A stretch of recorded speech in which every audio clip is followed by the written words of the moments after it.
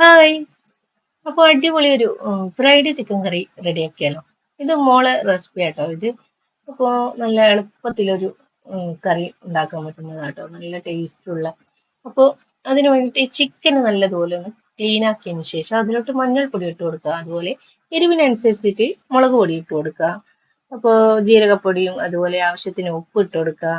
പിന്നെ കുറച്ച് വിനാഗിരി ഒഴിച്ച് കൊടുക്കുക. അതുപോലെ കോൺഫ്ലവർ പൊടിയും ഇട്ട് നല്ലതുപോലെ ഒന്ന് മിക്സ് ആക്കി കൈവച്ച് തന്നെ മിക്സ് ആക്കിയതിന് ശേഷം കുറച്ച് നേരം ഒന്ന് റെസ്റ്റ് ചെയ്യാൻ വെക്കുക. അപ്പൊ നമ്മൾ കറി ഉണ്ടാക്കുന്ന ആ ഒരു ചെമ്പിൽ തന്നെ ഇത് ഫ്രൈ ചെയ്തെടുക്കുന്നത് കേട്ടോ. അപ്പോൾ ചിക്കൻ ഒന്ന് ഫ്രൈ ചെയ്തെടുക്കുക. കുറച്ച് നെയ്യൊക്കെ ഒഴിച്ച് ചിക്കന് ഓരോന്നോരോന്നായിട്ട് ഇട്ട് കൊടുത്ത് ഒന്ന് ഫ്രൈ ചെയ്തെടുക്കുക. അപ്പൊ ഫ്രൈ ചെയ്തതിന് ശേഷം ഒരു ചെമ്പിൽ തന്നെ ഉലുവ പൊട്ടിച്ചെടുക്കുക.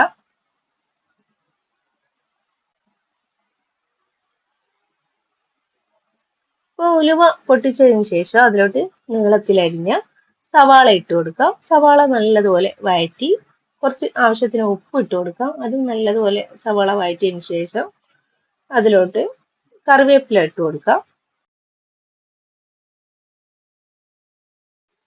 പിന്നെ പച്ചമുളക് നീളത്തിൽ അരിഞ്ഞിട്ട് കൊടുക്കാം.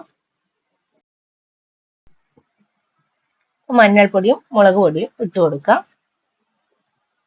പിന്നെ ചിക്കൻ മസാലപ്പൊടി ഗരം മസാലപ്പൊടി ഇട്ട് കൊടുക്കുക.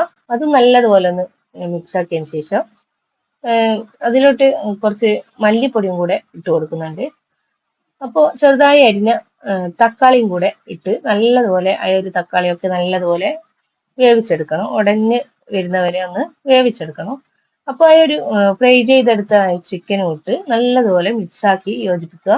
അതിലോട്ട് കുരുമുളക് പൊടിയും കൂടെ ഇട്ട് കൊടുത്ത് അതും മിക്സ് ആക്കിയതിന് ശേഷം കുറച്ച് വെള്ളം ഒഴിക്കുക. അപ്പൊ നല്ല തിളച്ച വെള്ളാട്ടോ ഒഴിച്ചു കൊടുത്തത്.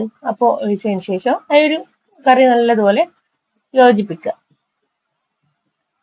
ഇളക്കി യോജിപ്പിച്ചതിന് ശേഷം നമ്മൾ അടിപൊളി ഒരു ഫ്രൈഡ് ചിക്കൻ കറി റെഡി ആട്ടോ. അപ്പൊ നമ്മൾ ഈ വീഡിയോ ഇഷ്ടമായെങ്കിൽ ഒന്ന് സപ്പോർട്ട് ചെയ്യാം.